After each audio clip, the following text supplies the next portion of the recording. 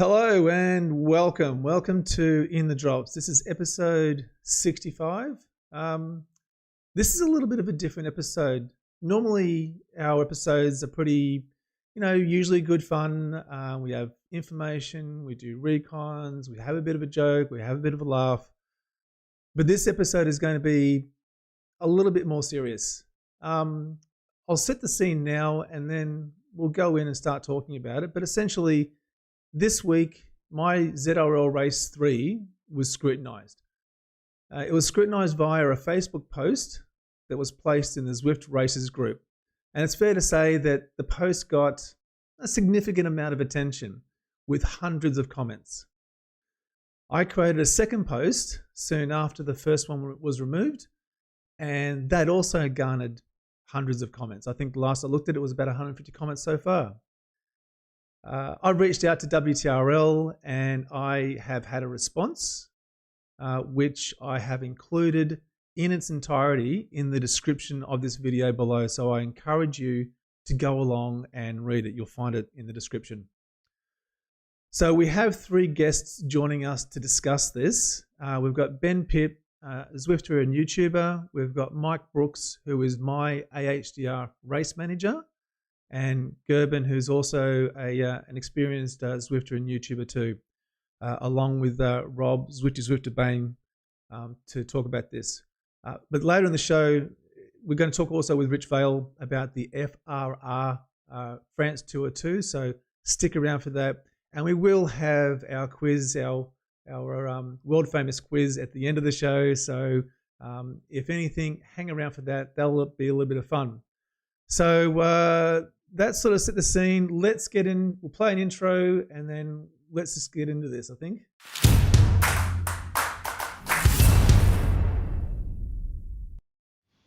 All right, gentlemen, thank you for joining me. I'm hoping that everyone can see this. And just before we launch into this, we usually don't have these many people connected into the podcast. So if anyone in the chat is having any issues, just quickly let us know.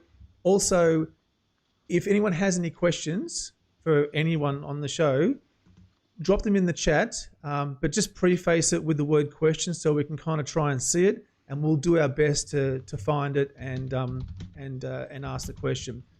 So, gentlemen, firstly, thanks very much for joining me. I know that we're around the world. We've got a couple of Aussies here along with myself, so it is early in the morning. I do appreciate you getting up and joining in on this and sharing us with your experiences and your knowledge. So I firstly want to set the scene so that we all are on the same page. This isn't going to be a hit piece on anyone in particular. We're not going to be talking about who posted what. I think if anyone who was following this in the Facebook groups knows who posted the post, it's really irrelevant about who posted it. What is relevant is whether what was asked is actually the case, and if it's the case, what should or could be done about it. Okay, so I'll quickly go through the events that led up to this. On Tuesday, I did a ZRL race. It was race 3. It was the points race, which is the country to coastal, thank you. And it was noticed that I was exhibiting an unusual riding style or an unusual cadence with my riding. Someone claimed that. Yeah. So they grabbed a screenshot of the graph that I have at the bottom of all of my streams and posted that. So initially, I didn't see the original post. It was brought to my attention, and I thought, "Oh, that looks a bit, familiar." I then went and did a little bit of digging. I thought it was actually race 2 that they were referring to, and I couldn't match it up. But I found out it was race 3. I then went ahead and let everyone know that that was my race. It was me that was in that, and I then proceeded to post the link to the video, the stream I made. Along with my details as well. And immediately after that, I then went and emailed WTRL, and I included Eric Schlange as well because he has a bit of experience with this too. So I got a response back from WTRL, as I said, which is in the description below. But we're also going to look at those emails and the questions I asked and the information I got back. And then we're going to talk essentially about what occurred. So there's a number of things that were raised throughout the chats, the posts that were made, the comments, from me deliberately doing this to me unwittingly doing this to a flaw or loophole in Zwift's platform to a whether this was within Zwift's and WTRL's definition of unusual cycling or riding. So I really wanted to have an open discussion about this from a community perspective so that everyone could, I guess, get a better understanding, and rather than just pointing a finger at one rider or, one trainer or whatever the case might be, we can have a more open and frank discussion about what is cheating, what it isn't, and what sort of what it means when it does happen. So I think I kind of covered that reasonably well. Rob, thank you for joining us, mate, as always. Do you think I've sort of nailed that in terms of what we're going to be talking about today? A little bit, though it should be said that race 2 was when it actually started. There were actually more Who did that? There were more... Sorry, no, yep.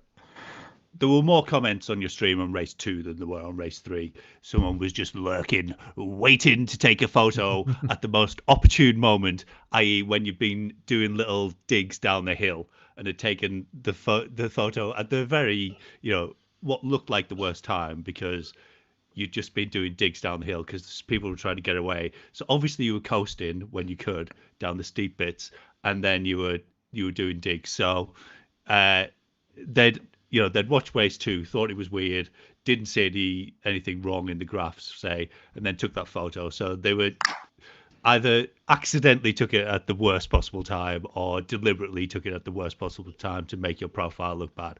So there's also that. Having said that, though, and gents, we'll start discussing this more broadly. Having said that, though, you did a bit of analysis on my ride, especially race 3. And what was your take? What did you see? I've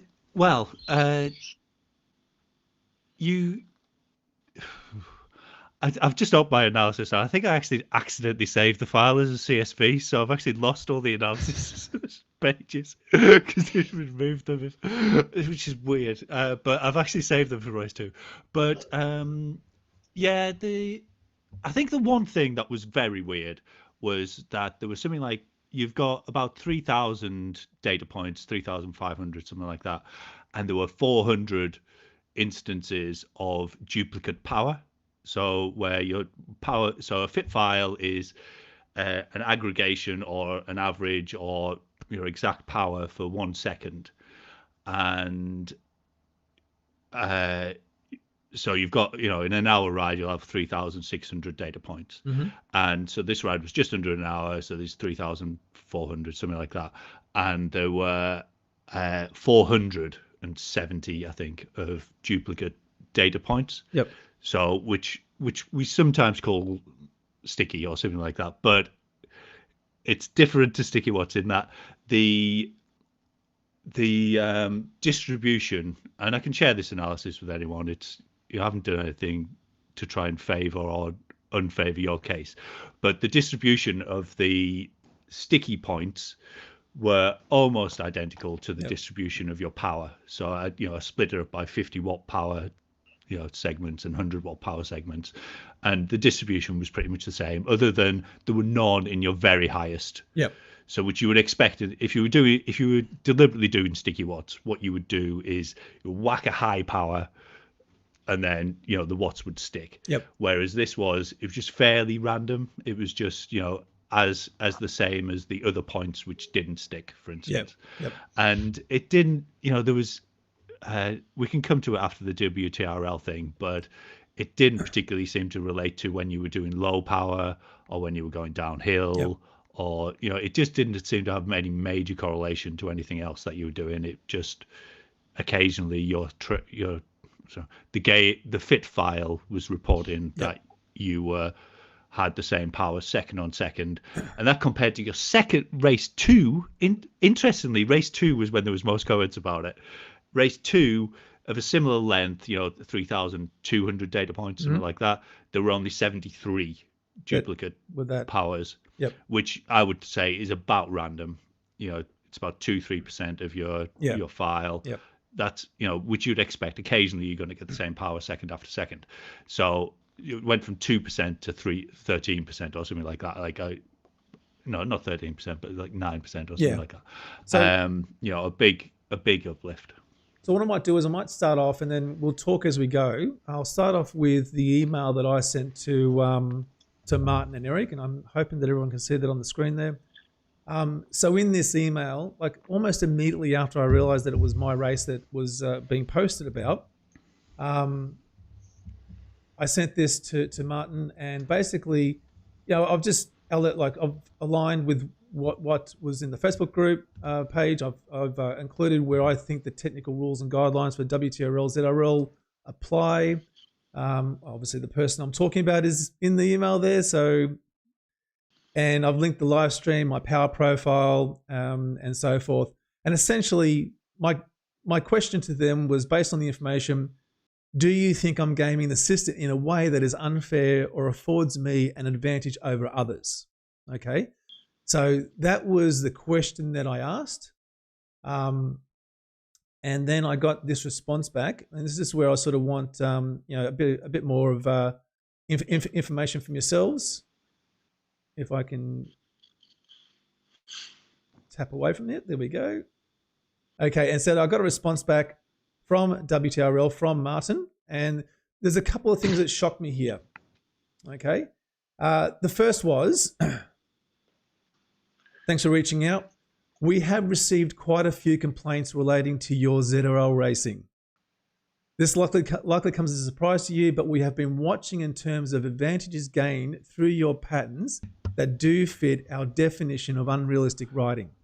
So that was a bit of a shock. We're not going to read it all out, are we? No, well, what I do want to go to though is where he talks about the graphs, the power distribution. This is all in the email link. Anyone can go and look at this.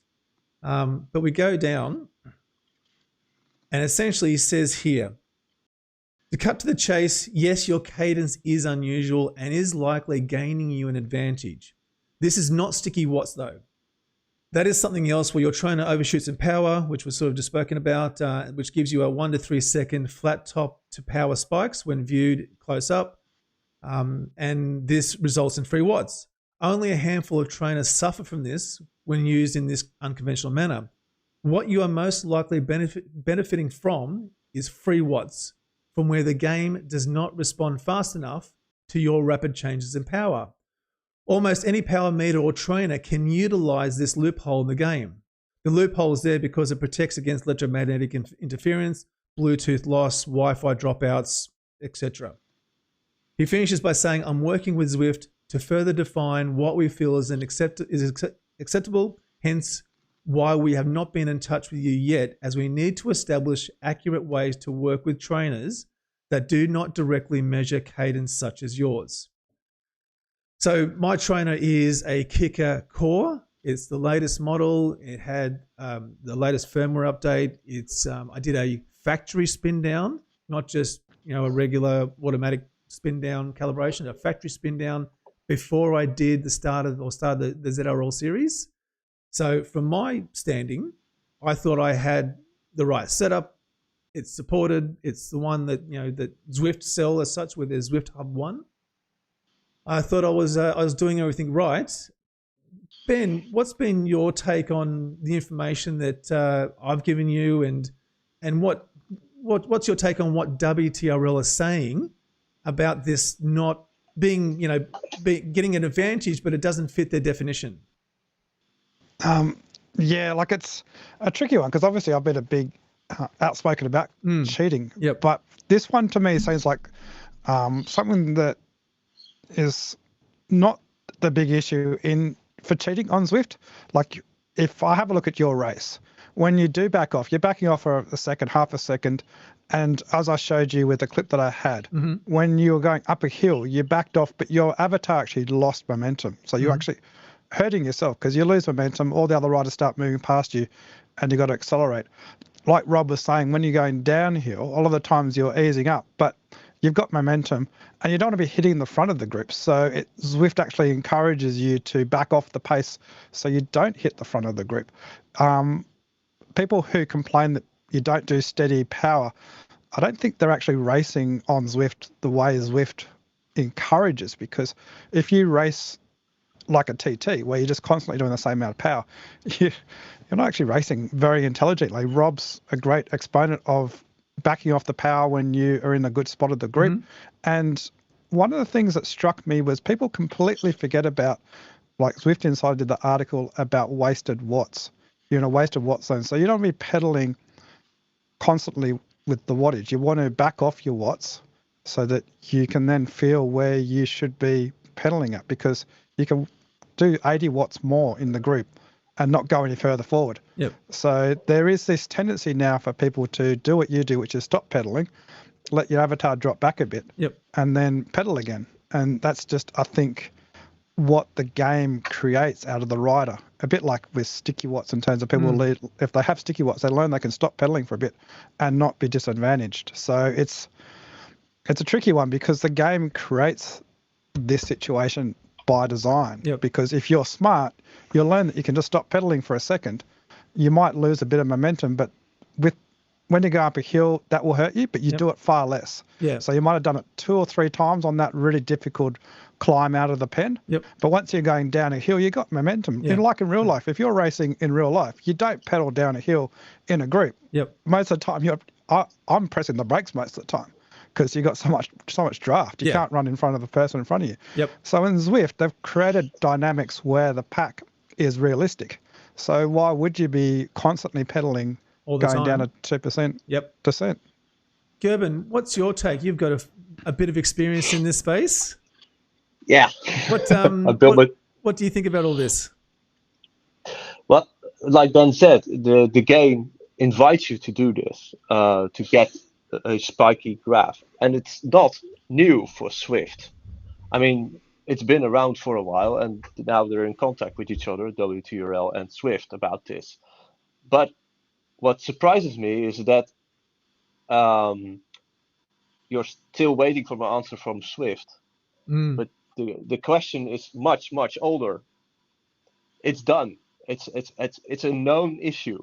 So there is no answer from Zwift to solve this in a way. Because it's like what Ben said, it's the game that invites you to drop back a little bit from the gas, to get into the pack, drop back, get into the pack. It's the dynamics that forces you to do it. And with cheating, it's like the question is always, why are you cheating? It's like a personal motivation.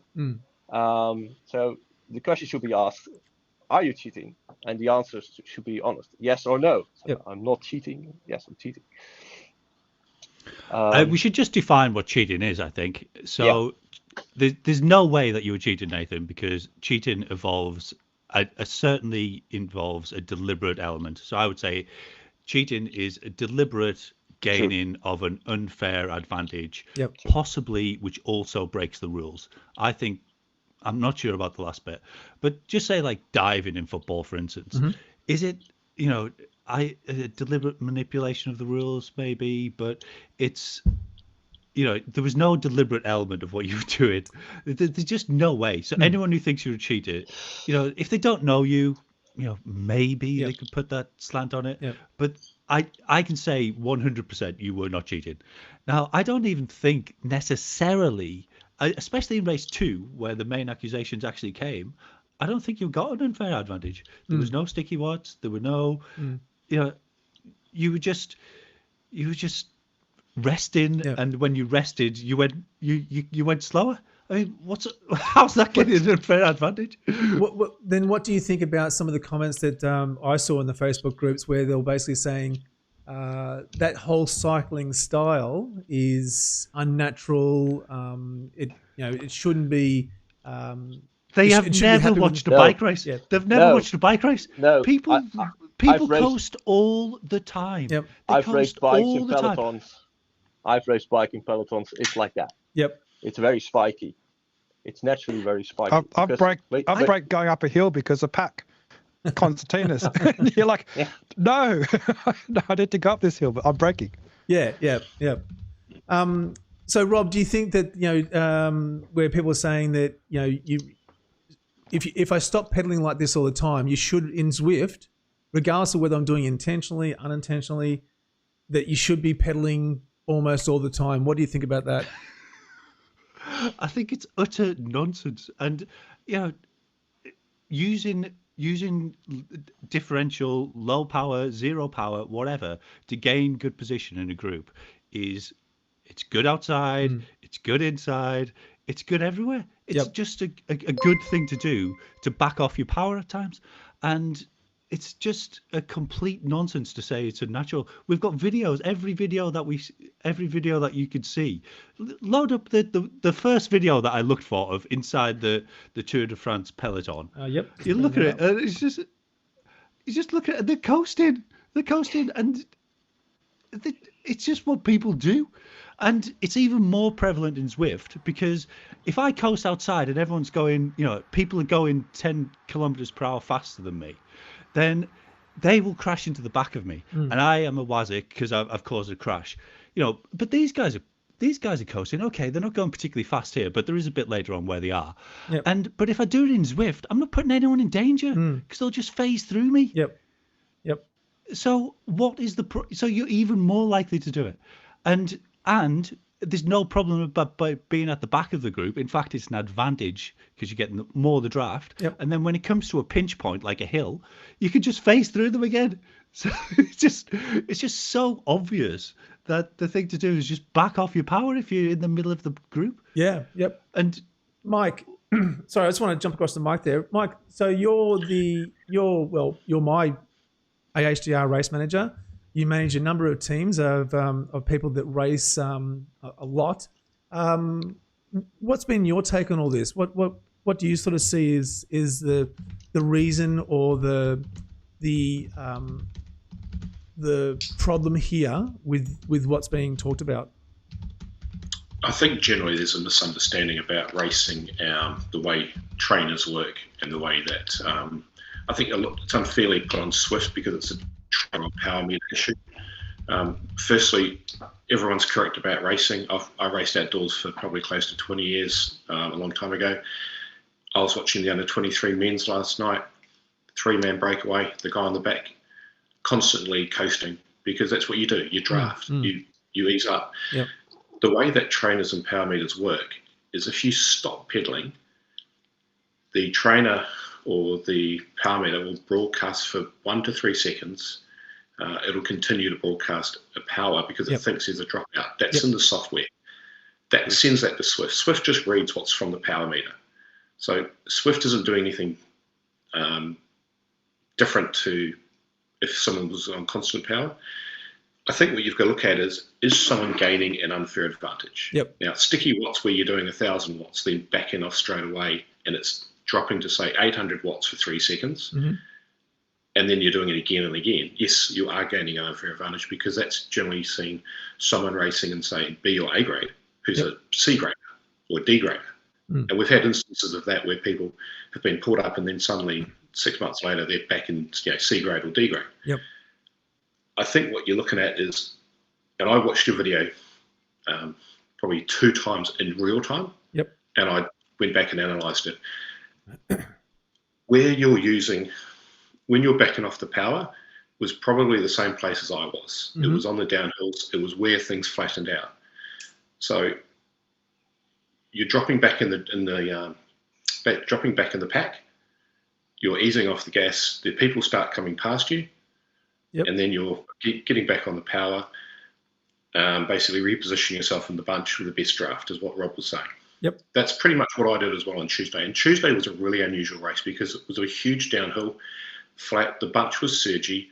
People didn't want to make a break until that second hill. And then the finish again was a bit weird. Yep.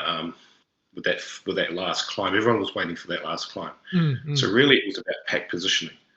I think people see these flat spots and the sudden drops in cadence and just think sticky watts.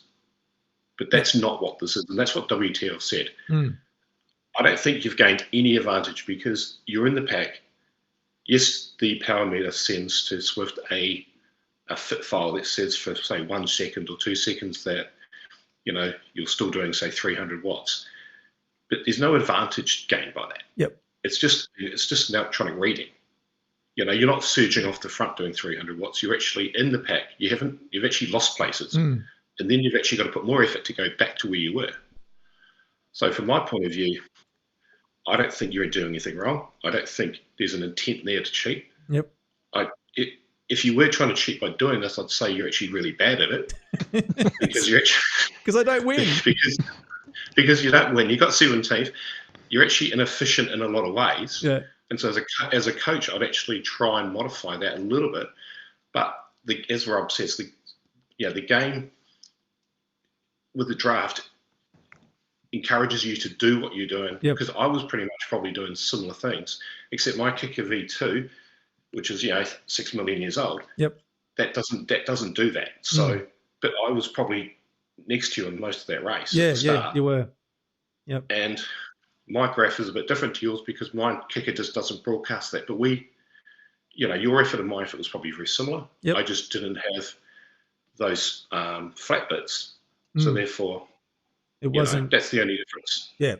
But so my opinion is, simply cut to the chase. I don't think it's cheating. I just think that's the game broadcasts from the trainer, and I think people are reading too much into it. Well, I went back to Martin and responded back to him and said basically, this all does come as a surprise to me. I use the cadence sensor built into the trainer. I do have a separate Wahoo cadence sensor, which I've now put onto my bike and I used yesterday.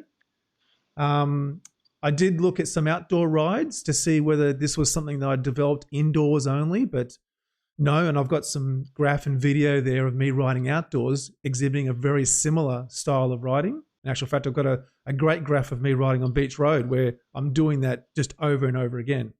But essentially, I came back to Martin, and I think this is going to be pertinent to a few of the comments I'm seeing coming through on the chat. Am I cheating? So that was essentially the question I wanted Martin to answer. Am I cheating? And so Martin came back with this. And so I just want to bring this up on the screen really quickly. So we can see it there. Martin's come back. He goes, I'm not sure if it's deliberately cheating, but you are certainly benefiting. My difficulty is that we have an agreed definition and procedure to follow with Zwift. And with your cadence data as it is, what you are doing doesn't meet that definition, even though we know you are gaining an advantage. Ben, does that sort of make sense to you? Yeah, put me on the spot there. With that, I don't know, because I see a lot of this with other riders where they get told that they're gaining an advantage, but they're not cheating. And this, I think, comes down to, because it's quite difficult. You've got event organisers who are trying to set rules about the racing, but they don't have the tools given to them by Zwift. Yep. I've discussed Indievelo before, and I've been doing the Indievelo Grand Tours, and it gives the organisers like me, I can organise an event. I can just say, okay, trainer only. And then if you do this sort of pedaling style, which I don't think you're doing, because I've tested this, and it just boots you from the game. I prefer if actually it said on the screen, just be careful, because if you're doing, there's a couple of bends where you brake in Indievelo and you sprint, 800 watts, and then you brake, and then you sprint 800 watts. So I didn't get kicked doing that, but I do worry about that.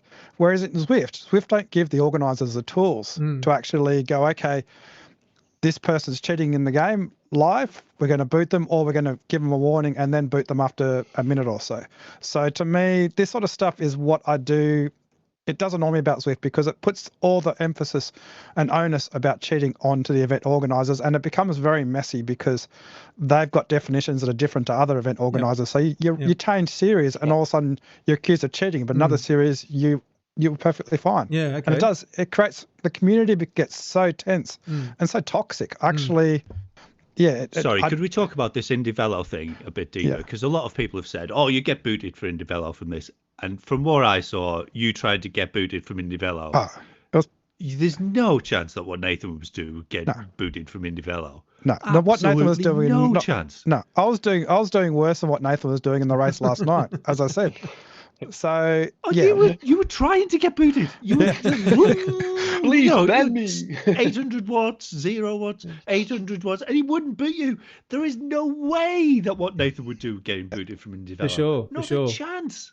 So like as I said, it ends up being the community actually is its own worst enemy, because they see a graph and they say, oh, that's different than my graph. That must be cheating. So anyway, Gerben, that's my point. Yeah, Gerben, racing is for Zwift. Racing is not really a priority, and the people who race on Zwift think it's a priority. And there where it all goes wrong. Because if you go to Zwift with your data, and Zwift says, we can't help you, and it has something to do with the way Zwift is built up. It's you saw these sticky watts issues in the Zwift games again, and that's their premier event. So if they can't get it right on the top end of Zwift racing on Zwift, then does anybody know? And I'm just banging my head against the wall on this one. I just do not understand. Right. So the premise of sticky watts is you transmit a high power. Or you transmit a power. You transmit a power because Nathan's sort of comes into this. So you transmit a high power, and then the next second or so, Zwift doesn't receive another transmission of power. So it could be that you just, on with pedals, they just don't, because you backed off completely. You whacked the pedals and then stopped. So it doesn't then receive another transmission from because there's two types of power source, aren't there? There's time-based and event-based. But so some of them are sending power, like yours should be sending power 10 times a second. So whereas, I think most trainers send it once a second. And then whereas pedals send them based on an event, like every time it receives a differential power or something like that. I can't remember. But, so then Zwift, for some reason, and I think the reason is that they don't want to interrupt the experience. Your general Joe, who's just riding along, has a little dropout. Oh, just, he was doing 150 watts. Let's assume he was doing 150 watts again. But why in racing do they continue to say, okay, if we haven't received a power, if this guy's doing 950 watts, let's assume 3 seconds later, after we haven't received any more power data, that he's still doing 950 watts. Why? That's in their code. That's in their code. Why do they do that? And now there may be a very good reason. And I say that because I think it also happens in Indievelo. But so why did they do that? They are, if they just set the power down to 0, then all this argument goes away. It just goes away, and you wouldn't complain. You possibly would have naturally amended it. I think it's in their code. Do you not? I don't think they can change it. I've actually spoken to them about it, and their viewpoint is they don't want to make up data. They want to have the data that's sent to them. So they feel if they start manipulating the data, it's just as bad as if. It's a double-edged sword. Like, yes, okay, if you don't get said data, then what data do you use? But from their viewpoint is zero. Well, that's if you're not transmitting power, you don't get given power. Yeah, that's what I said to them. But they're If you're very technical, adamant. you They don't want sort to it make out. up. They don't want to make up data. Maybe it has consequences that we don't understand for other Yeah, things. it must have. It must have. But I just don't understand it. Yeah, It's in Zwift's code. Yeah.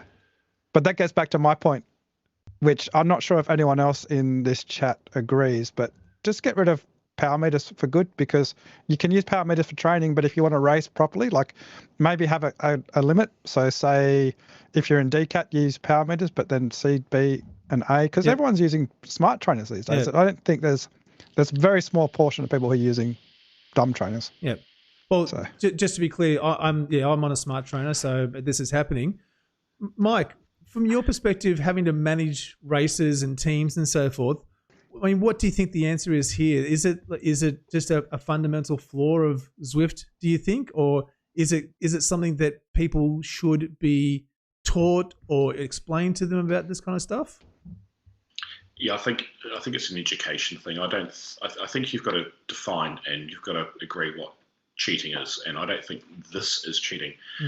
If you were going off the front of the bunch and you were holding a 3-second lead and you were doing 800 watts, dropping off 800 watts, dropping off 800 watts, dropping off 800 watts, and you were gaining an advantage, I'd say you're more than gaming your system. You're actually using that loophole to cheat. What you're doing and sitting in the bunch isn't cheating, and if you went through a whole lot of other riders, you'd probably find very similar data. Yeah. So, it's a matter of, that's why I think people just need to get a bit of an understanding. Now, whatever reasons Zwift or the power meters broadcast or the trainers broadcast as power, I don't think inherently that there's really an issue there. I just think people think it's an issue. Yep. Because if you're doing 300 watts and then for another second it's still 300 watts, what advantage actually have you gained? Yeah. Because you're still in the bunch. In fact, you probably dropped one position or you're coasting along. Is there an advantage? Is there cheating there? I don't think there is. Yep. And I think that's an education thing. If Zwift run it that way and the power meters and trainers broadcast that way, that's just what it is. Yep.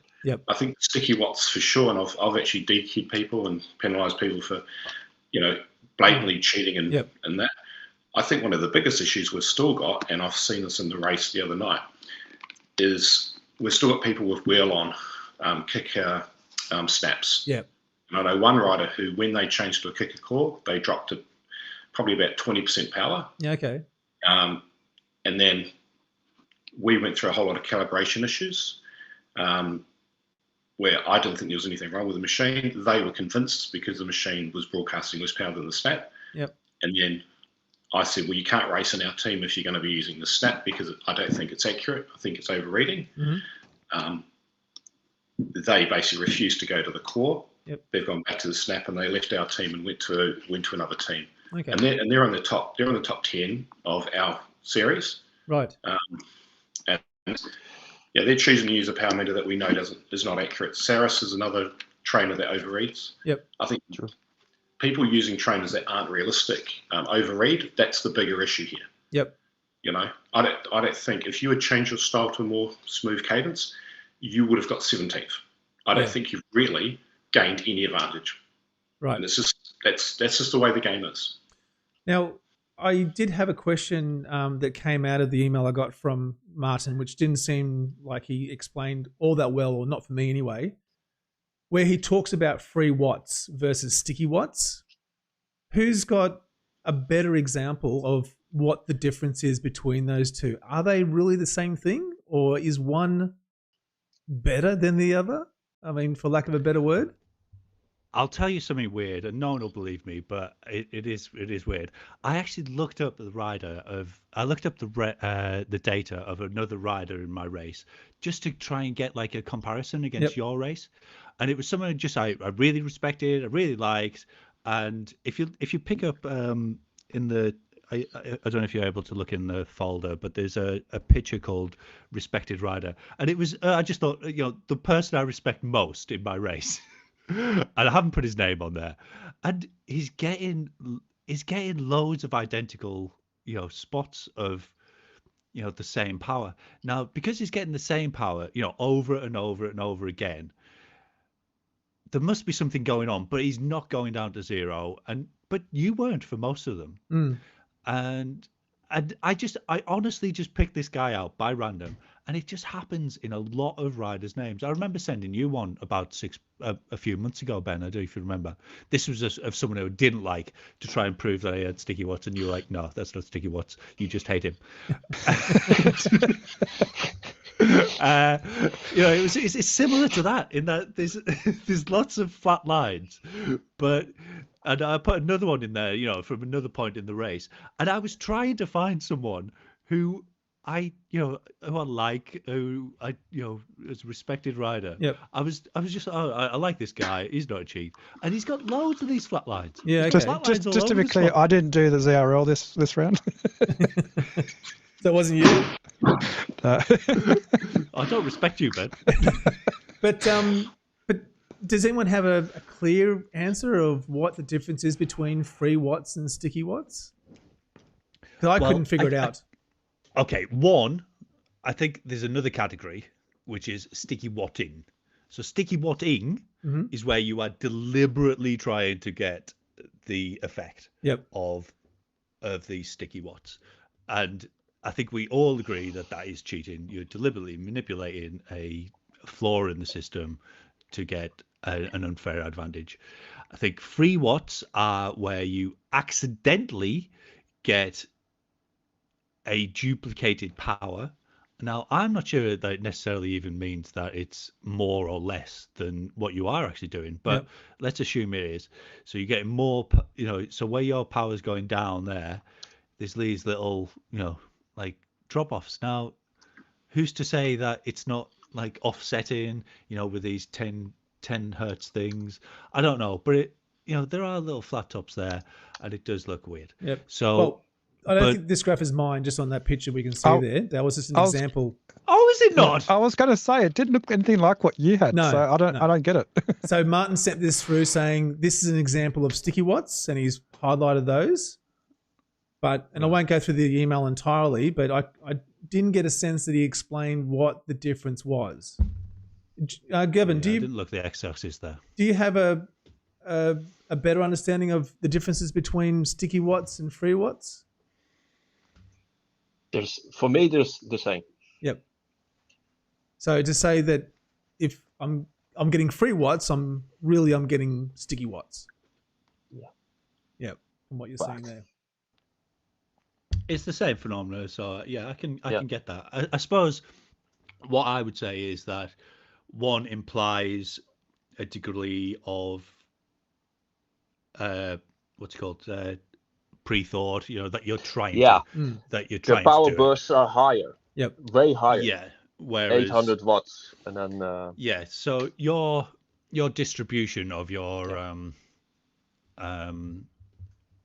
stuck watts, for instance, in the second race, it was all in the low power. Yep. That is in the Excel file that I sent you. So it's all, they're like 50% in the 0 to 20 range. For some reason, your trainer seems to get stuck when you go down to low power, which does not help you because it stops you. It stops you. You can't super tuck. You can't super tuck. And who wants 12 watts when you're trying to get 0? Yeah. No one. So it doesn't help you. And whereas sticky watting sticky watts are watts that you're trying to get stuck, so they tend to be higher. Yeah, way above FTP. The best example is that when he's racing Champs-Élysées and you are going down the hill and you've gapped riders and they start catching up to you because they sticky watt down that hill. Yeah. Okay. Yeah. Yeah. No, certainly. It's confusing, and I can only imagine for those that maybe are new to Zwift, but also new to racing, understanding this and sort of stepping through it in a way that doesn't fall foul of Zwift or other people on Facebook groups is a real challenge. What do we think can be done? Like, what's the solution here? Set a minimum threshold for turbo trainers. How do you mean? Well, the issue is definitely with Zwift communicating with your turbo. Yep. So I think, and somebody in the chat mentioned it, with Indievelo is using One trainer only. Who stated that in the chat? That is very interesting. To say, well, they do insist that you use your trainer as primary, don't they? Yeah. You can set that. There's different levels. So the lowest level you can use anything, and then you've got eventually you can get you have to dual record for your races, but yeah, the second level is what most people use, which you have to use trainer power. Okay. That stops at least the very easy thing, which is using a power meter and just getting free, much easier sticky watts. Because as you were saying, Rob, when I did use my power meter, I could get sticky watts very easily, whereas my trainer was maybe potentially sticking for a second, but not the 3 seconds that the power meter was constantly giving me. Yep. So, Gerben, you think that there's got to be a minimum standard, as in you're saying basically a minimum set of trainers, smart trainers that people would have to have? Yeah, Mike mentioned a wheels-on trainer used in races. Yeah, everybody knows they overread. Yeah, it's not accurate. That's not accurate at all. And so what you see in professional run Zwift races, there's a minimum standard of trainer. So this is the trainer we're going to use that is calibrated, etc., etc. Yep. And what about? Sorry, go ahead. Yeah, continue. Please. Yeah, no, I was going to say, well, Rob, what do you think about the whole, dual recording? Dual recording is the only way to really counteract all of this. I don't know much about it. Sorry, I haven't got power. I haven't got pedals. So can I go a bit to my story? Sure. It's like all about you. I didn't realize it was going to be quite all something about you. We've forgotten you're a cheat, Rob. Yeah, like you got a few complaints. I got 31, baby. Yep. Come on, a few complaints. That's nothing, man. That's rookie numbers. The issue I have with dual recording is it adds another cost to your training. Yeah. While we're on, can I jump in while we're on dual recording? Yep. Of course. So dual price recording is too high.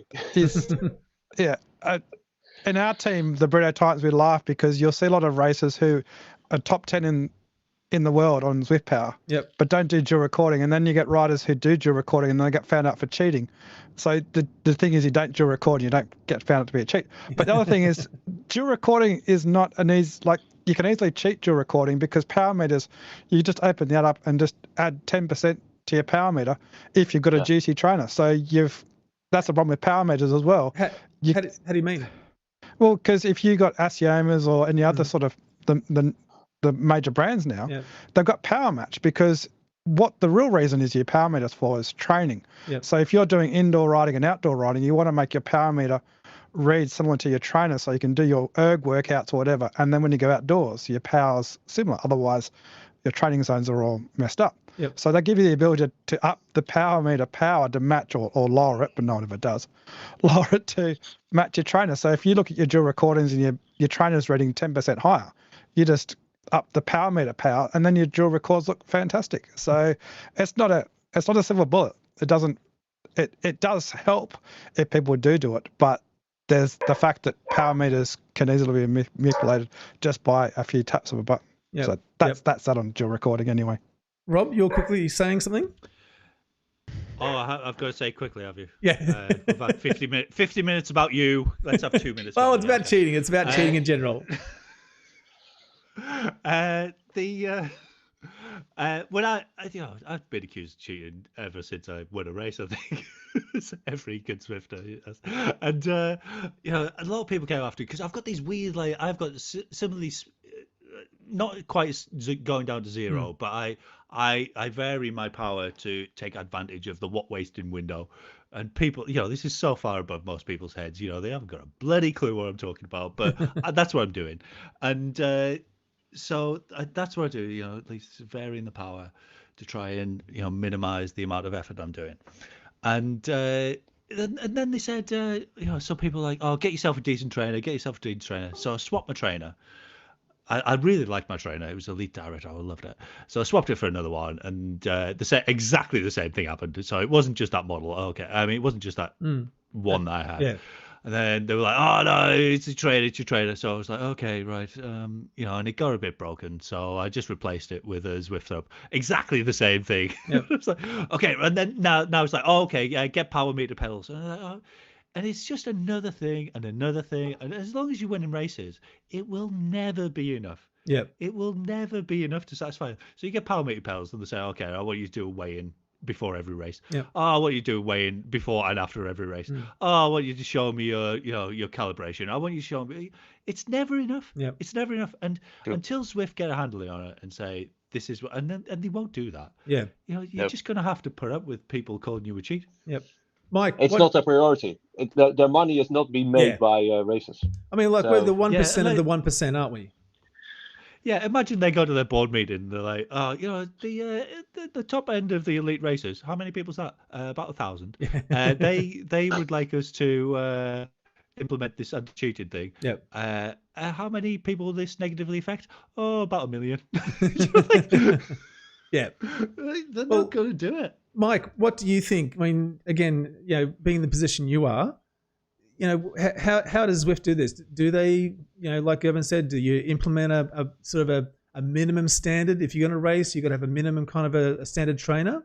Like, as a race manager, would you ask for them to send you through a photo to prove that they've got one of those? Or are you just going to, roll with the punches and deal with them as they arise? I think sort of a minimum standard of trainer for certain classes of racing. Yep. You can't do what my Whoosh did in blanket, where everyone's got to have a power meter, because you're just eliminating a lot of people. Yeah. And as what Ben's pointed out correctly, a power meter doesn't mean that you're not cheating. It just means that your power's matching from your trainer to your power meter. Yeah.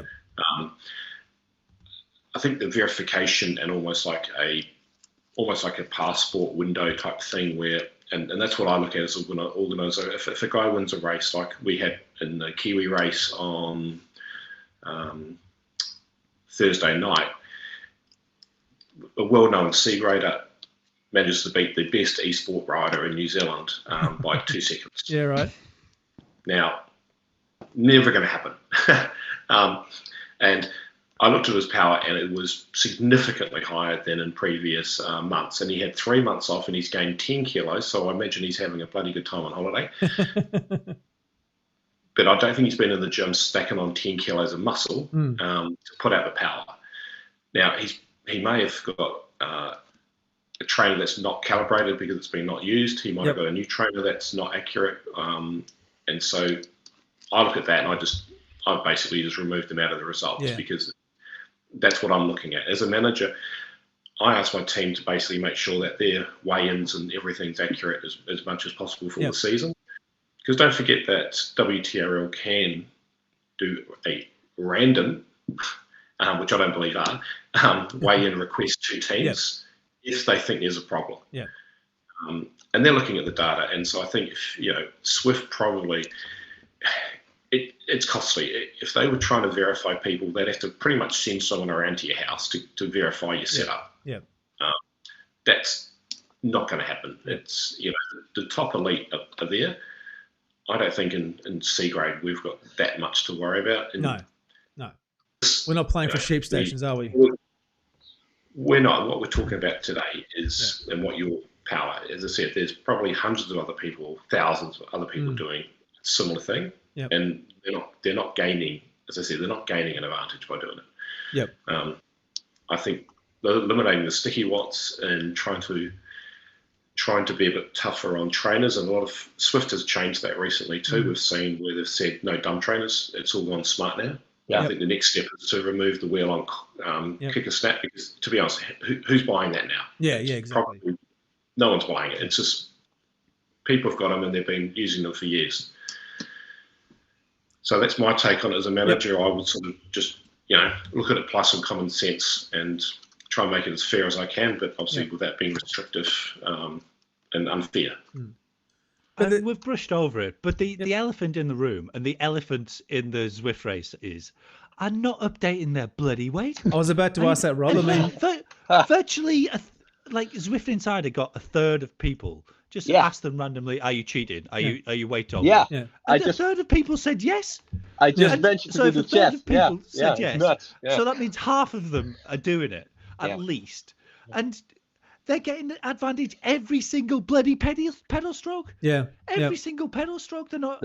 Last year there was like a cheat with the Zwift companion app, right? That you during the race you can lower You your can change weight. your weight. Yeah. Yep. Yeah, and then afterwards. And doing And, that. Yep. you know, I when I say this to people, they're like, oh, a couple of kilograms doesn't matter. If you're saying a couple, it's probably 5, you know, like 10. There's like serious race, you know, team managers who haven't updated their weight in 5 years. Like big team managers who haven't updated their weight in 5 years. And I've seen these people, and they claim to weigh 5 kilograms less than me, and they've got 3 times as many chins as me. And it's just bloody ridiculous. And they're team managers, like event managers, DQing people, and they are getting an advantage with every single pedal stroke, and they're obviously weight doping. If you don't update, you know, and Zwift could do something about this. They should just ask people to update their weight regularly. Just go in you have to update your weight on the 1st of the month if you're racing. There you go. Like passwords. Or before, because once you get, it's so much more, you know, if people say, oh, don't bother, you know, as if that, you know, that's not an excuse. But if you got them to type in that wrong weight every single month, I'm going to cheat again this month. I'm going to cheat. It's a lot harder to do that on the psychology than it is to go, oh, I'll just leave it. Because it does seem to be that what we're sorry, Rob, what we're talking about here is like such a, you know, an infinitesimal amount of, you know, possible cheating or inadvertent. Whereas when you, as you say, and I didn't see that poll that Eric put out, but if you've got a third of people that absolutely know that they've got the incorrect weight in Zwift, surely that should be where, you know, a lot of the focus should be, and not. But they won't do it because it's, you know, oh, we don't like upsetting people, you know, the weight problems, blah, blah, blah. Bollocks. It's like the second most important number in the game. You've got your power and then your weight. That's it. They're two most important things. You know, CDA and blah, blah, blah. You know, bike choice. You know, like the most famous cheat in Zwift got, you know, done for, you know, cheating to get a Tron. And yet, you know, that's nothing compared to just taking off 2 kilograms off your weight, which people do routinely. Half of you are doing it. Half of you watching this probably. So does everyone know what Rob's referring to? I do, but I'm just making sure everyone else does. I don't want to make a big deal of it because I don't think he doesn't deserve to be. It was pretty harsh. We're not going to. The Cameron Jeffers affair. I knew you were going to say it. No, that's okay because he went and admitted that. So just for those that don't know what happened there, he's a pretty famous YouTuber, was a professional racer. And in order to get the Tron, he was approached by someone that said, hey, I can help you. Give me access to your Zwift account and I'll run a bot up and down Alp to Zwift or wherever it was. The person didn't say that to him. What's they that? said, I'll get you the Tron. Yeah. No, he did. They didn't say, I'll run a bot on it. No, but he said, I can do this for you. And it just basically went away and he rode up and down the elevation to get the Tron, and he got the Tron, and then he used that in the first ever esports championships. I'm not sure what the name of the event was that he won for Great Britain. And then I found out that he'd gotten the Tron through means that weren't you know, totally legit. And he called the game into disrepute, and he got kicked out for it. So it's pretty harsh because there wasn't actually a rule saying you can't race. Like they changed the rules after the event. He was retroactively banned based on rules made after it happened. Yeah. So that's Cameron Jeffers. If you want to look him up, he's got a video on it. He explains it in detail about what happened. So yeah. But so weight doping definitely, I think, is much more the low hanging fruit that, you know, we can aim for to try and improve everything that's going on. Excuse me, but yeah, everyone else who cheated by a kilogram cheated far more than him.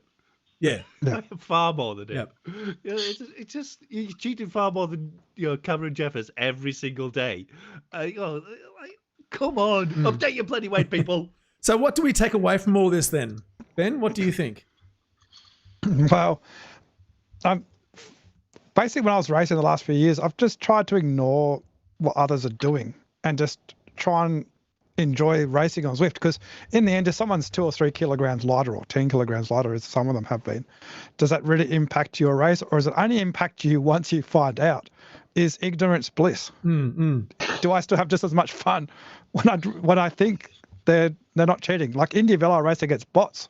Yeah, I prefer the humans, but I still get a good workout and it's still fun. Yeah. So at our level, there might be a few people like a few in the chat who actually race an elite level, but at our level, doesn't really matter. There's always going to be a bigger field if people are actually cheating if you're at a higher level. Yep. Whereas obviously DCAT's different, but if you're at ACAT, you want as many people to race as possible, because sometimes there's not that many races at all. Thin on the ground, isn't it?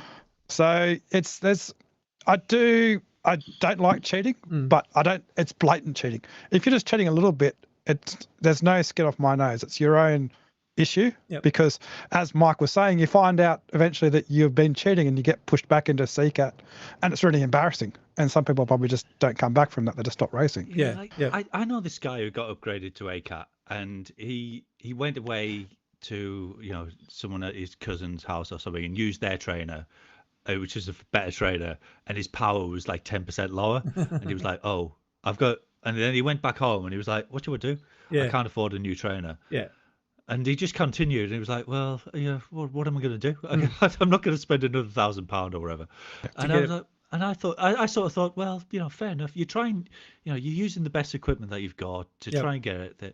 It's like I never particularly minded, the wheel on people. I was like, okay, other than the destroying races, etc. But if you're trying to, as long as you're trying to, I don't really care, other than the people who are throwing stones and saying, Nathan's cheated. And it's just such a minuscule thing that you've supposedly gained an advantage on. Oh, and I haven't mentioned WTRL, by the way. Why are they making judgments on, whether you're gaining an advantage or not? Of course you're gaining an advantage, but they should just be, no, you've broke the rules or you've not. Yeah. But anyway, it seems really great, doesn't it? I think you've gained an advantage. Yeah, of course. Of course I'm resting to get an advantage. Why else would I be resting? What the hell are you talking about, man? And he demonstrated no expertise in, all the stats he was throwing out. You were, doing 19%, at low power. It was like, okay, compared to what? What is there a standard? Is that an average? What was the average? And what was the mean? What was the standard deviation? How far out of an outlier am I? It just means nothing. 19%. Okay, well, a fifth of the race was downhill. What do you expect? What the hell is he on about? Just utterly, he's never, anyone who says, oh well, Martin says, well, has he ever demonstrated? It's a logical fallacy. Referring to expertise, but he's not an expert. How's he ever demonstrated any expertise in spotting cheating? Gerben, he's organised races, but I don't know you like him, Mike. But I just want to speak. Sorry. I know. We're going to rage. What was the question? And then, what's your take on it, mate? Sorry, Gerben. Gerben, what's your take on all this then? What's your takeaway? Okay. So I have somewhat a tempestuous relationship with cheaters, right? Mainly based on they destroy races, like Rob said. Like most of you people who are Zwifting, time is somewhat precious. You have to put a Zwift race in your daily way of schedule, life, and then you go around, race on Zwift, and then suddenly somebody on a dodgy trainer or lower their weight is ripping up the peloton and destroying the one race you can do that day. And that is something that annoys me tremendously, as you've probably seen on some of my videos. So it does affect, if it does affect the race, the only race I can have on that day, then it's definitely an issue. But you have to indeed, what Ben says, take a step back. So is it that important? Yeah. And maybe it's not. Mike, what's your takeaway from all of this that's happened this week? Look, I think people love talking about cheating. Yeah. And I think the biggest takeaway is fundamentally people have not a lot of actual knowledge. They pick up on sound bites, they pick up on Posts. on certain words, and they chuck in what's there. I think if you're going to come online and basically say that you think someone's cheating, you should have to submit a weigh-in video first. Okay. Back it up, you think? Yeah, back it up. Yep. You know, put up your power numbers. Put up what you're doing. Yeah. Yep. Rob, I think Rob, you're on mute muted again, Rob. Just before that, I've got to go because I've got to go and feed my little baby. So all right, Ben. Thanks for the chat, wrapping this up everyone. anyway. Cheers, Ben. Thanks, Ben. I appreciate you joining in. Baby. Okay. Thank you, Ben. Yeah, the first thing I say when people accuse me of cheating in a race is, let's do a live weigh-in after the race. And that's happened, I would say, 20 times. Yep. Do you know how many times people have taken me up on it? Zero. Zero. Yep. Zero. Because the people who accuse you are the worst. Almost always the worst of the worst. Yep. Now, there's someone in the chat who's accused me of cheating, and I'm pretty sure he's not cheating. So apart from him, but the in general, the people who accuse you of cheating, it's like the people who say, "Oh, he's always after money," are the people who are always after money, and the people who are, it's just, the ones who the jealous boyfriends are always the cheaters, or the jealous husbands. It's that kind of thing, isn't it? They're always the worst culprits, and I can see it a mile off. I've been anyway. Yeah. Yep. So I always say, let's do a live weigh-in after the race, and I've never had anyone take me up on it. Yep. All right. Nathan. Gerben, yes. Question: did you cheat? I didn't think so. Okay. Well, and as I said, I had this graph up just before, very, very quickly. True. And this is a graph of an outdoor ride I did with a fast bunch that I row with quite frequently. Haven't been outdoors much. I mean, that's a side issue, but lately. But this is from Beach Road, 3rd of December, 2022. If anyone wants me to send them a link to the Strava activity that they can go ahead and download the fit file, they can run it through the fit file viewer. They can get all this information. So I've not doctored this in any way. But we can see there that that's how I ride. I've picked out the traffic lights where we actually stopped, but the rest of it's us moving, and that's my power meter going up and down as we stop and start and stop and start. And I've got videos there of me doing the same thing, and So it's. I was actually talking with a friend. We had it for dinner last night, and we were talking about this very topic, and we were talking about riding in fast groups of 20 and 30, riders, not full-on pelotons, but certainly at 40 and 50 k's an hour. It's it's pretty quick.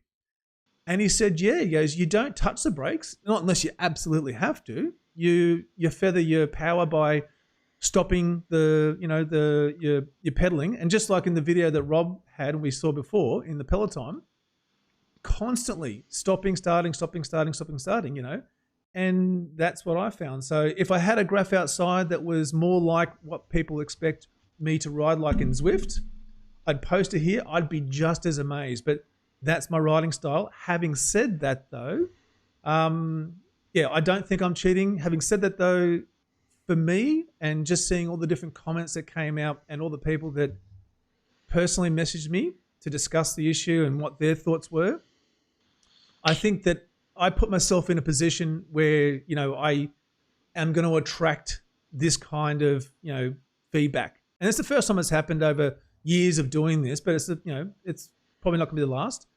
And I think that what I need to do as a Zwifter and a racer is I probably need to hold myself a little bit higher than most. And I know we've talked about, is it, there are other things that we can do, weight checking, all these other things that are bigger routes of cheating, and they're all difficult for different reasons. But I think what I can probably do myself is I can probably look to try and better myself in terms of the way I cycle indoors. And I think that maybe indoor cycling is different to outdoor cycling in that sense. I'm not saying that, you never stop pedaling. That's not going to be the case.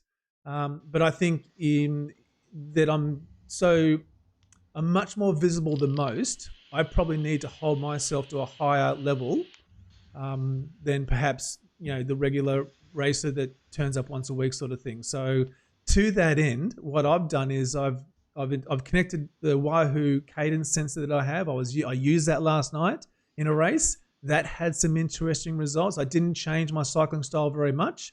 I just wanted to see what the differences were. I need to go back and have a look at that. But it may have identified that, like we're saying here, that I'm getting at the very low end, I'm probably getting some extra watts that prevent me from super tucking downhill or on flats, that type of thing.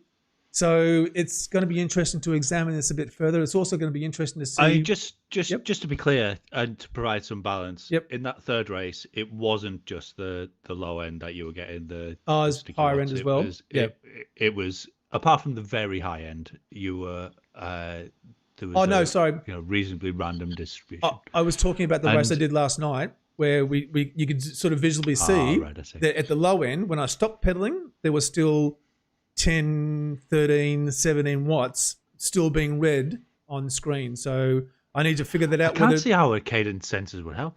Well, I'm following what Martin said in his email about having the cadence information I was getting from my. What he's talking about. Yeah, well, but the cadence sensor. He's just trying to identify. He's trying to catch you on the weird description of sprint coasting that he's got, like 100 RPMs, and your trainer measures cadence fine anyway. Yeah. But he's just trying to say, oh, my definition is rubbish, so I'd like to get you, but I can't. And it's like, well, what are you on about, man? And because he thinks that it's not, and if anyone wants to look at the cadence on your race and say, oh, at this point it was different, it absolutely is not. Your trainer reads cadence absolutely fine. Yeah. And it infers cadence absolutely fine. I'm really looking forward to the answer of Zwift. Yeah, if we get one. Yeah, I don't think so. Yeah. But so that's my takeaway. I'm going to try and adjust my style in a way that's probably more consistent with indoor cycling, and maybe even look at changing trainers with my wife. She's got a Wahoo Kicker Core as well, it's just behind me, and see if there's any differences there. But that's my takeaway on it. So it's been an interesting week, but we'll see what comes of this, and how it all sort of washes out if we get a response back from Zwift and WTRL. Yeah. Whew. All right. How are we all feeling? I think you should look more at the sticky watt thing. Yeah. Because that is the only weird thing that I saw. Yeah. Is that in one race, the race 3, you got a massively gone from 2% sticky watts to That's interesting. Which is isn't random it? Up to like 9%. No, I can't remember. I can't remember what it was, but it was like massively higher, like not random. Well, we'll try and figure out where the issue is, and see if we can let everyone know what we come across. All right, we've got Rich Vale. Oh, Mike wants to say something. Oh, sorry, Mike, go ahead. Yeah. I just saying I need to go, but I appreciate the offer to come on. Always great to join the show. Love what you guys do, and I have to watch back and see what news Rich has got, because whatever it is, it's going to be interesting. And it's probably absolutely. For sure. Mike, thank you very much again, and thank you for your counsel and advice behind the scenes too when we were talking about this. So I really do appreciate it. No problem, always. Thanks, guys. All right, guys. Thank you very much. Cheers. Okay, so that leaves Gerben there. I don't have a screen where it's just the three of us at the moment, but we're about to switch across. Gerben, I want you to hang around, buddy. We've got the quiz coming up. I'd love to see how you go against Rob and the others in the chat. We generally have this at the end of each show. So for those that are watching as well, by the way, we've had, I think, the most people joining in the live stream or watching this live stream that we've ever had, which was, I think, topped out at about 101. So again, thanks to everyone that was coming along. We haven't finished yet. The quiz is coming up. But first, let's... where's Rich? I'm just looking at Rich's camera. Is he got it turned on, Rich? Oh, I can't see you. Oh, I can hear you, but we can't see you. Well, just while Rich is talking there, I've just posted in the chat. I'm sorry, there was just so many comments coming through the chat. If questions were being asked, I've missed them. I do apologize. Drop them in the comments though, and we'll make sure that we try and get an answer to them or get them to the right people to answer them. So just do that.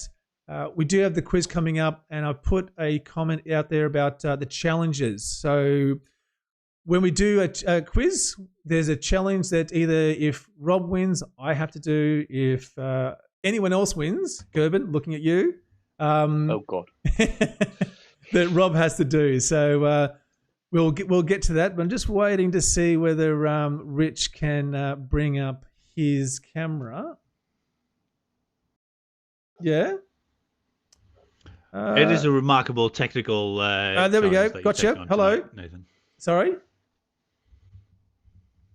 Yes, you can. And I've just got to, because you did disconnect while we were talking. And yeah, that's okay. I've just got to get your camera up. But we are going to be, while I'm doing that, we are going to be talking about, I'll copy that to the thing. There we go. We are going to be talking about, the new FRR tour that's coming up. Has he done a nice easy one for once? It looks super easy. So, yeah. Looks super easy. There we go. Hi, Rich. Hey, Rich. Thanks for joining us. Hello. And, it's as if I've never been here. But now, tell us about only an hour and 15. I know. Tell us about the season 4 of the Tour France. Yeah. Well, season 4. Well, again, obviously, next Friday we kick off. We've changed a few things this season. Yep. So first of all, we're doing slightly more stages. Mm-hmm. Everyone will be pleased about that. We're going to start in general on Fridays. So get that in. We will obviously next week we'll cross over with ZRL, so we'll have a rest day on a Tuesday. Okay. Yeah. Where we won't have a rest day. We'll just keep going. And we'll see that in Britannia, I think, for the first time. I think in season 4 in January when we kick that particular one off. Yep. We've got a bit of a crossover with the and a collaboration going on with the Iceni Warrior Games side of things. So they're going to kick off their 3-day event that first weekend in January. So we're going to work with that and just say, look, Ben can set off a little bit earlier. Yep. And we're going to set our ladies off as soon as the Iceni finishes. So they'll get just as many stages, but they'll get split across two events effectively. So everyone gets to everything at the start of the year, and all before ZRL starts again. Yep. From that perspective, this year we're not going to do 21 stages. Yeah. And there's a few people that are disappointed with that because they feel as though they've got some unfinished business. But we're going to keep that 21 stage, world tour a little bit special, I think, at the end of the day. So we've learned a little bit about how 21 stages works last year, when it should run, and what people can and can't do. Triquetra will come back, and we'll keep it called Triquetra. Good. And then you can get the T-shirt. But it won't be next year. We'll just do a slightly longer. But again, it's the times I said, look, these are the best times to do indoor racing in hours in the majority zone. So in the northern hemisphere. Well, in the northern hemisphere, yeah. So therefore, that's what we're going to try and do. Last year, we saw that we had lots of crossover with things like the Zwift Games and things like that. That sort of came on a Women's Month in. So we've tried to not cross over. Yep. And just do it when people really are inside, most focused in trying to get as many people racing as possible. I don't know if you've noticed, but you've accidentally put in loads of hilly and mountainous stuff there. Have I? That's so unusual. I can't think I've actually ever noticed that, Zwifty. Yeah. You want to change that. You want to go for flat. What I need to do, They're the obviously, best is ones. actually Flat. adjust my weight a little bit more lower. So these sort of mountainous work for me, you know. Yeah, okay. Lower than 63. Is that where you're at the moment? That's just my right leg. Anyway, yeah, and the other thing about Series 4 out there is that you know, traditionally our sort of World Series, our World Championships type thing, or you know, sort of thing. I'm allowed to call it here, not on Zwift, because I'm not allowed to use it. Actually, we probably are these days because they don't have it. Yeah. But so we'll be doing that on the 30th of December. Oh, okay. So it's not New Year's Eve. People haven't got an excuse. I've got a party to go to. Actually, on the 30th of December, they're all going. I've got a party to go to tomorrow. What can I do today to earn tomorrow? That's right. Exactly. So the 3rd of December, again, that will be a one-time fits all. So it's like a 7 o'clock in the evening type thing. Yep. So that's 12 a.m. for me. So awesome. Yeah, whatever. What 12 a.m. is that? A.m. midnight? Oh, it'd be something like that. Would you say 7 p.m.? Oh no, 12 p.m. 11 p.m. There we go. That's pretty good. Will it be that? That'll be early doors to you, won't it? Early morning. I'll have to do some calculations there to see if I can fit it in. Yeah, well, if it's 7 p.m. If it's 7 p.m. to me, then it's going to be around 6 a.m. to you, isn't it? Yeah, something like that. Yeah. Anyway, you know, you can get up anyway, Nathan. So I'm young and fit. So I think season 4 is quite different in what we're trying to achieve. And you know, again, Dave, we've been doing it for 4 years now. Yeah. Trying to learn each time. Obviously, we've migrated to using VLO. Yep. With the Zwift racing app side of things, we had 10 categories. They have 10 categories. I experienced it under DRS. And I found, for me, we've had a bit of a sinking fitness feeling, if you think, last year really, or this year. That was the most competitive I've ever been. Oh wow! Okay. So I actually enjoy doing it. I thought, well, okay, if I'm enjoying doing it, why do I need to reinvent the wheel? Yeah. So especially as I'm not a scientist in any way, shape, or form. Yep. So you know, so let's go for it. Now, obviously, we are like ZRL at this point in time. I've said ZRL 3 times now. Unbelievable. You keep pumping the tires. I know. Martin will love me for it. There's riders who are diamond in ZR. Sorry, who was in diamond in ZR up, who are racing in CCAT. Yeah. No more. Well, again, it's a far better system. Yeah. It is very interesting, I must admit, Rob. But I mean, obviously, bizarrely enough, at the moment, there's a lot of people still got their outside legs on them, haven't got their inside category yet. So it's building, and you know, I think in a month's time, people will have that will change. But so I think that's the biggest thing that, you know, I'll say it for the 4th time. ZRL. So people just being in the wrong category. I'm not pumping ZRL, by the way, on this one. I am here for FRR, but and equally we will too. But we'll try and manage that before people. You know, we've put now in an ITT as the first stage to every tour, and we said, look, go race, go do what you want. People will do what we know what they will do. They will go. I won't go quite hell for leather at this moment in time, will I? Because if I do, then my VLO will change too much. And come stage 2, because we'll reassess you, I'll be told that I'm no longer this, I'm that. And that's fine. And they'll try and make it up. So look. Ben said a couple of F words in the show earlier. Yeah. Yeah, he did. He mentioned the word fun. And that's what it should be about, shouldn't it? It's about fun at the end of the day. You know, we sadly we don't get a race for money and all those sort of things out there. So we're still doing this for fun. We like it or not, and exercise. And that's that's where we need to take on it. If someone wants to go the other, there'll always be those that take it the other end. You're not one of them, by the way, Nathan. Oh, thank you. But I've seen plenty of them. You know, I've qualified plenty of them. I've got plenty of them on my ban list who have taken it to the other end. I've got people who, anyway, won't go into those. So there's plenty of people who take it that end, but fun is what we do it for. This and you know.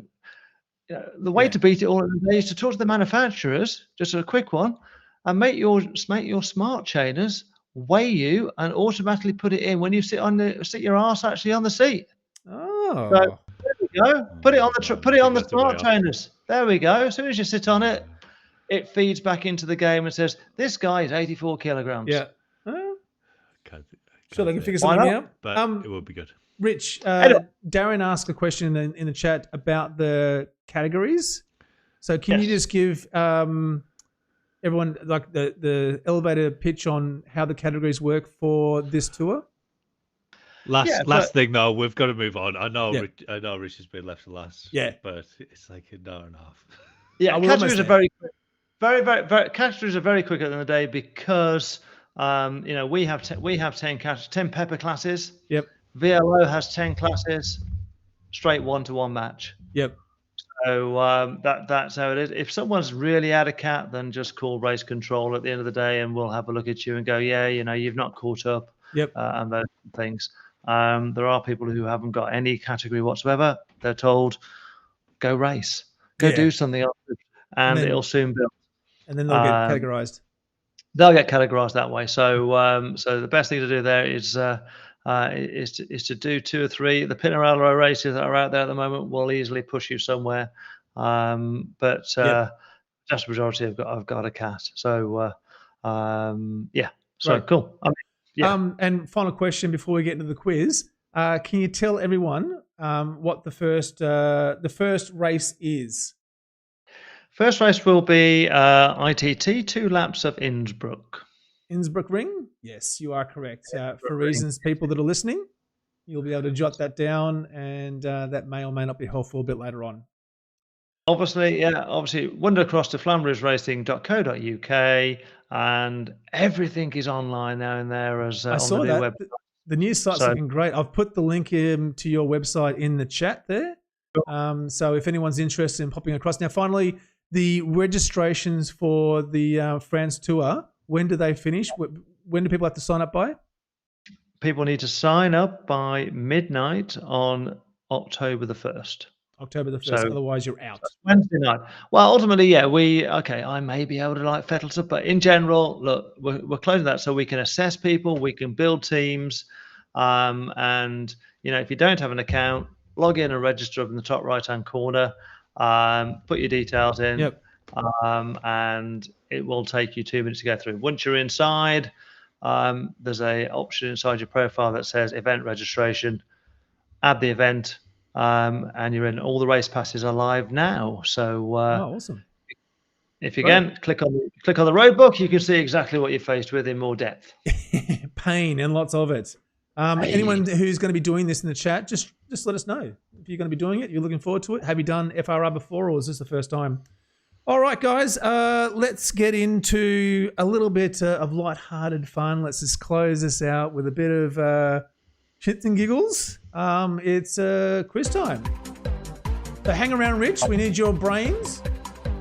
Gerben's still in the green room, just chilling out. He's ready to get on board. Okay, and Is it too hard to bring him back in? Yeah. Sorry. I mean, wait, hang on. Is there? Oh.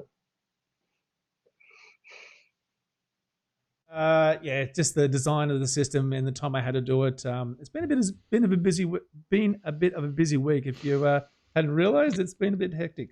All right. I wasn't criticising. No. All right. Let's get into this. I have a quiz. Here it is. I was gonna be such a smartass and just do like a quiz on cheaters, but I thought better of it and decided not to. All right, so let's save, I guess. Host. Oh, I had a nice picture there too. All right, here we go. Getting the details up. And just while we're doing that, I'll quickly get there's the details. I do have Holly's challenge ride that she did, so I'm gonna bring that up. I'll bring it up after this, Holly. I know you did it. I've got it there. It's ready to go. But in the essence of time, though, we'll get this knocked out the way. For those that are new to the show, we have a quiz at the end of each week. It's a bit of fun. You go head-to-head with Rob, Zwift, Bane. There's the PIN number. Go to www.kahoot.it. You can do that from your phone. You can do that from a tablet. You can do it from the computer. Or you can scan the QR code. Enter that game PIN you got there. Choose a name. Choose a funny character. And get on board. Now, we've got 10 questions. They're all multiple choice. And they usually have pictures. So if you're listening to this, unfortunately, we're a video-based podcast. So there's lots of things to look at. Do yourself a favor, get over to @In the Drops on YouTube, and you'll be able to see a lot of things we're talking about. Now, you need to answer, obviously, the questions correctly, but you also need to answer the questions quickly in order to win. And so the quicker you can answer a question, the more points you get, and higher up the leaderboard you will go. So we can see we've got some people dialing in there. Fran 102.6 kilos, just making that really clear. Cheetah. Zwift cheetah. Oh, guys. Come on. Cheetah. Oh. This is why we can't have nice things, really.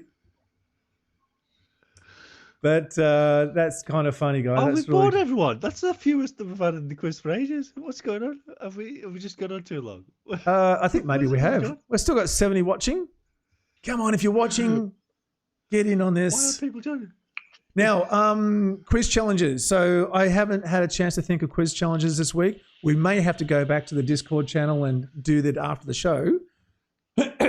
Although I did like Thomas's suggestion, which was doing 5 sprints in any given race, which is what Holly did that. Holly did that. Didn't she? Yeah. Oh, okay. And it was very impressive. Very impressive. Why aren't we showing it? Because I forgot to. I forgot to. Oh, okay. I'm like, I can do that. I can do that. I just got to move away from I'll do the quiz and then I'll show Holly's challenge from last week. So if anyone's got any great ideas, we've got a link to our Discord server in the description of this stream. You can go along, click on that, join there, and you can drop some ideas in there. You can also drop your Pain Cave pick. We've got a section for that. If you've got a ride that you want us to rate, we normally go through and check out other people's rides in our show. We haven't done it this week for clear reasons. You can drop them in there as well. But I'm surprised we only got 12 though. That's I know. People must hate us. I think we started with loads. We started more than ever viewers. And we've got like a third as many. I think we've just effectively killed 2/3 of our audience. Maybe. Mate, it's all the cheaters in here though, mate. Everyone's just bugged out. Yeah. Cheater and Zwift cheater and Sticky What with a question like with an arrow line through it. Stevie cheats. I should now that that's been so there was a guy who questioned your ride unjustifiably, I say, but I think earnestly, who I don't think is a cheater, nor do I think is a troll. He wants to get to the truth. Yeah, and I think he's been unfairly maligned here. Who, that person or me? Gerben's in there. Stevie C. Yeah. And look, I don't hold anything against any of the people that commented in the Facebook posts or really anything that's been said here, as long as it's been respectful and it's coming from a place of honesty. So everyone's got their own opinion, and then that's fine. All right, let's get into this. We've got 15. If you've missed the cut, then I'm sorry about that. You've got to be faster. All right. I didn't change to the dark color. Episode 65 quiz, just general knowledge, super easy. All right. Stage 2 of the Zwift World Series is around which route? Shisha Shakedown, Richmond Loop Around, Yorkshire Double Loops, or Peak Performance. For those that are doing this, you'll know exactly what the answer is. And correct, it is Peak Performance. How do we go there? Oh, Team Holly's onto a really quick lead there. But Damo cheaty. Seriously, you guys. All right, let's get into question number 2. Which route is one of the 4 listed community rides in October between the 3rd and the 6th? So they've got 4 as part of the Zwift 10 birthday thing. One of those is one of the rides. The other 3 are not. Big flat. I didn't even click anything. Well, who's doing a challenge this week? Okay, Swifty just moved up. All right, Cheetah. Team Holly's moved to 3rd. Good to see. Gerben's on the board now at 5th there. That's it, Gerben. Hang on. I'm just going to cut across to you. Yeah.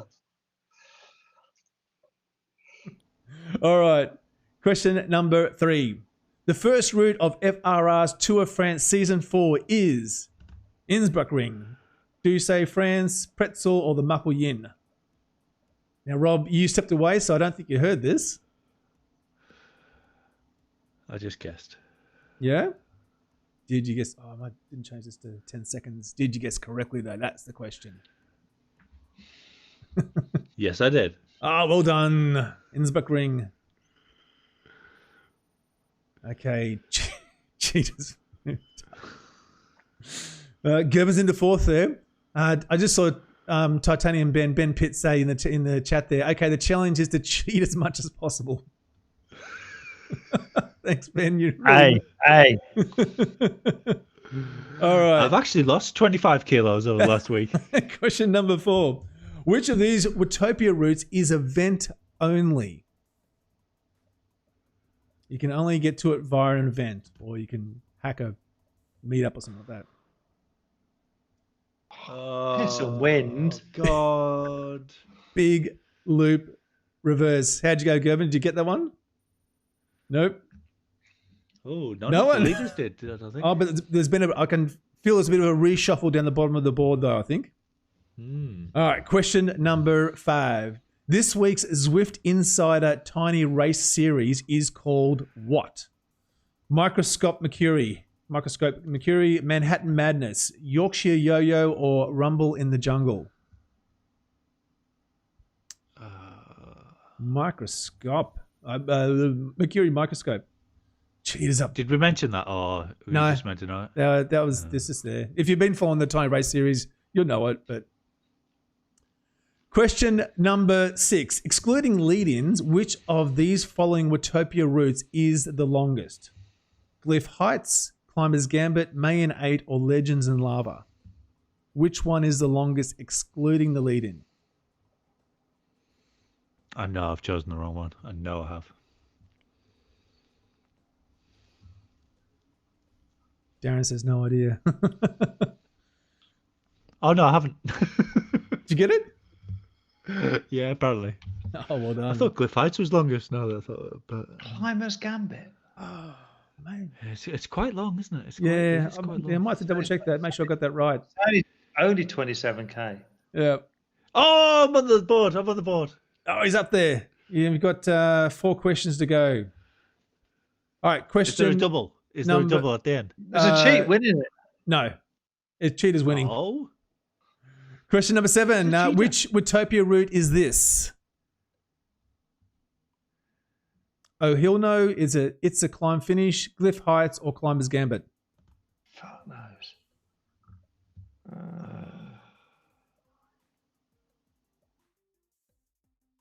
Darren, don't yell out answers in the classroom, buddy.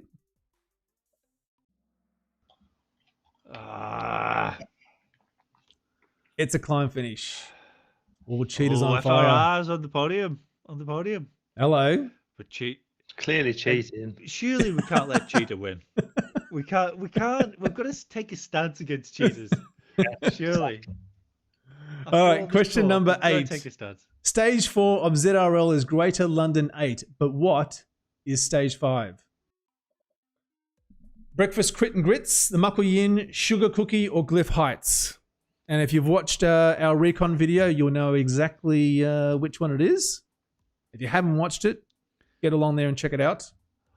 Oh, I got the lowdown on what the segments are going to be today. My insider gave me the thing. Give you some good oil? Yeah, and I shared it with the other guy. Oh, that's nice of you, isn't it? Because I'm nice. Yeah. Zwifty's back on the board again. Team Holly's there in fifth. FRR's third. Gordon Rich, Zwift Cheater, and Cheater that were on the front. All right. Cheaters. Question number 9. One of these routes will be available in the Zwift Climb portal starting Sunday, the 1st of October, tomorrow my time. Which one is it? La Super Planche des Belles Filles, Col des Aravis, Mount Hamilton, or Côte de Pike? I don't know. You've got to learn how to say La Super Planche de Belle Fille. You've got to learn how to say that, man. I'll get right on that. Mount Hamilton was the answer there. De Belle Fille. Super Planche de Belleville. Belleville. Fille. Fille. La Super Planche de Belleville. Okay. Côte d'Arvis, Côte de Bac. Right, Do you remember gotcha. that Peter Twig gave us a great explanation? Get the fuck in there. Oh, look at this. Look at this. Rich is up. Can he hold on to the lead, though? Oh, last question. Up 3 places, Mr. Good. Peddler, so he's Come back on, up. Rich. Come on, Rich. You can do it. Beating those cheaters. Zwifty's in 4th, but no chance of winning, I would think. Okay, so last question. There's no double points, but it is a true or false question. So this is really just about picking up what? Not yet, but you've got to go with this as fast as you can, I think. All right, question number 10. The secret Konami code is up, down, left, right, BAZ. True or false? So 50-50. Get in.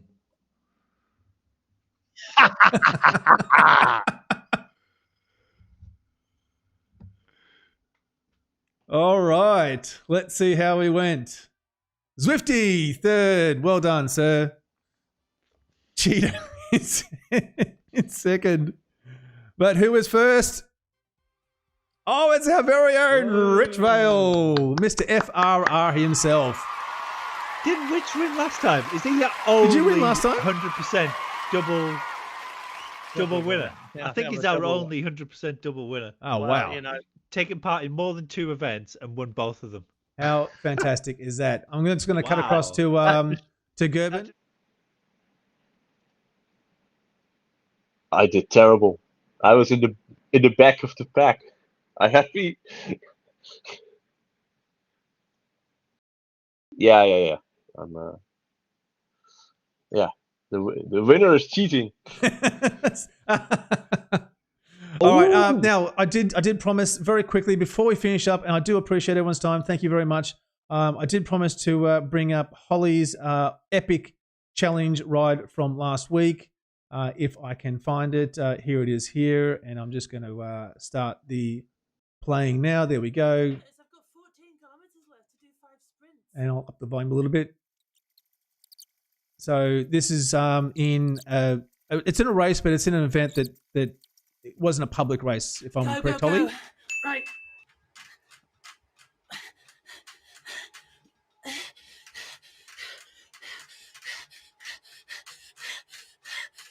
Oh, that's a stupid place to sprint. And she had to sprint 5 times, and each sprint had to be 15 seconds long. And she could do them wherever she wanted in the race. And I do, thanks to Damo from ZMS Esports Studio for recording this too. did we specify at all how many watts you need to put out? Not specifically. It just had to be a sprint. Enough that we could hear some complaining, and I think Holly definitely does that. Oh my God. Like 50% above 50. Yeah, okay, I think. Did she get a split? Oh, Yep. she got a split by Well, the looks of it. she was forcing a split, and eventually that does happen. Although there's another rider that goes off the front, and she ends up the first loser. Very hard to make a break on there. Yep. But I think there were some other ladies in the pack that were probably significantly upset with what Holly was doing. That wouldn't be the To be honest, first. that is a good place to go anyway. If you've got to go. So that's 3. Right, third sprint. Oh, she on her own. She's second. She's second, but there's a rider well at the front now. But she's on her own. Yep. Oh, and she's got to sprint again. Yep. There's another one to go yet. Twice more. Oh, sprinting down the hill. Oh, yeah, horror. that's tough work. Doom guy stuff. And the fifth one, last one. She didn't even wait till the finish. No, this is pretty impressive, isn't it? Oh, wow. So I'm she's glad I didn't have to do that. That's horrible. sprinting and doesn't get the benefit of other riders there. But she does a great job. And... Wait, she stopped pedaling there. She's cheap. Does a fantastic job though, and brings it home for a well-deserved second spot. So, Holly, thank you very much for doing that. Do appreciate you stepping in there. Thank you for doing it for me. I'm really glad I didn't have to do that. Looks bloody horrible. So that was wonderful. I really appreciate everyone's time. I appreciated Ben Pitt, Mike Brooks. I also appreciate it. We'll switch back across here to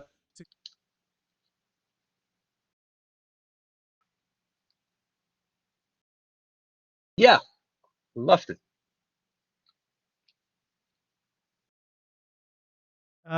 Rich Vale there, FRR. If you're looking for something to do, there's going to absolutely be lots of fun and not very hard at all. Get along to FRR. There's going to be lots of entertainment. Yep, there is, and it kicks off next Friday. And by the way, just look out for an announcement on the 11th of October. Oh, you're teasing us to something. Can you tell us any more, or we've got to go to the website and look? I'll put it on social media on the 11th of October, but it'll be a new team racing format. Okay, really? All right. Well, we'll check it out, and that's at flameridgeracing.co.uk. Is that correct? That is correct. Awesome. All right, Rob. Again, thank you, mate. Thank you for your time and your thoughts and your comments during the week while this is all going on. And I guess we'll wait to see what happens if Zwift and or WTRL come back with any kind of response. They won't come back with anything. No. You haven't done anything, man. Yep. You've done nothing wrong, Nathan. All right, guys, we'll wrap it up there. Again, thanks everyone in the chat. It's been fantastic. We've had the most live participants we've had in any episode so far, so I really do appreciate it. And we'll end there. Rob, do you want to send us home? Yeah, I particularly want Gerben to come back on, like have a proper show about it and stuff. But in the meantime, race fair. Race hard, have fun. Yep. Get out of the saddle and in the drops. Bye.